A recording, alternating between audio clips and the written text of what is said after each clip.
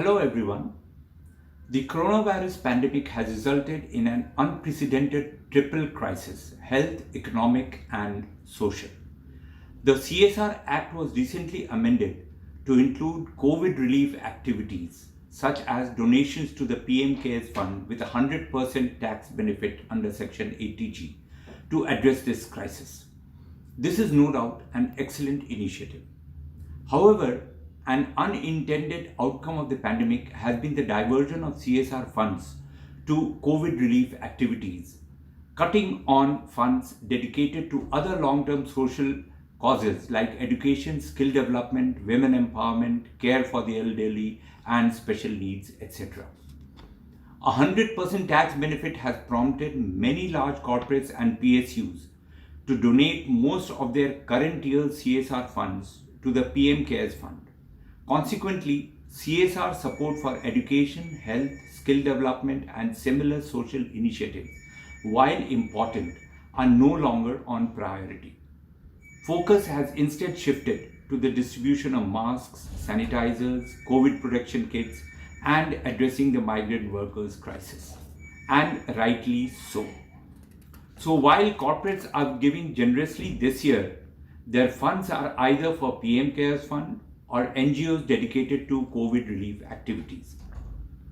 As a result, NGOs that are involved in education, support for disabled, women empowerment, skill development, environment sustainability, etc., are now facing an alarming cash crunch crisis. The functioning of these NGOs is in complete disarray, and they may have to cease operations without funds coming up in the next 6 months. Think of the orphaned or abandoned children, the elderly and destitute with medical issues, and a host of others surviving on the NGOs taking care of them.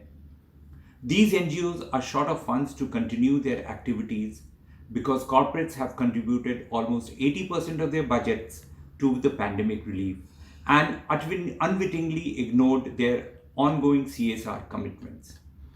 It won't be incorrect to note that the communities relying on NGOs for their living are the worst hit in this pandemic, and therefore, this is the time when NGOs dedicated to causes other than COVID relief need maximum monetary support. The question is, how are they going to get the support and survive? While joint efforts with NGOs towards pandemic-centric projects is the need of the hour, we cannot forget our commitment to address challenges that still prevail in underprivileged and marginalized communities. To give you an example, Nai Dharti, an NGO in Patna that is home to the underprivileged girl child from the Musahar community, including their education, was dependent on corporate funding for their activities till now. They are no longer able to avail CSR funding because of the pandemic. That means 100 odd girls have nowhere to go and now cannot complete their education, or will have to wait indefinitely to resume their education. Another NGO, Khushbu in Gurgaon, taking care of special needs children and adolescents, face a similar funding crisis. These are just a few examples amongst many. The Indian government recently announced a 20 lakh crore economic stimulus package under the Atmanirbhar Bharat, a very timely initiative. However, I feel a similar though smaller package is required for NGOs in the social sector. A directive to corporates to not withdraw or cease funding and support to their ongoing CSR projects and activities with the NGOs would also help.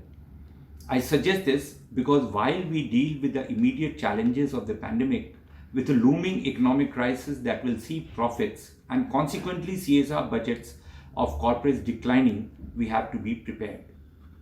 This means we have to ensure that there is no disruption in CSR support towards our long-term goals of education, health, and development of the underprivileged, despite and amidst the COVID pandemic. We surely cannot afford the crisis that will be inevitable if we withdraw support from the existing CSR projects. Those NGOs need us now more than ever, and we have to deliver on our long-term corporate social responsibilities as much as we need to face the current pandemic. Deliver without further disruption should be our aim, and the time to act is now. Thank you.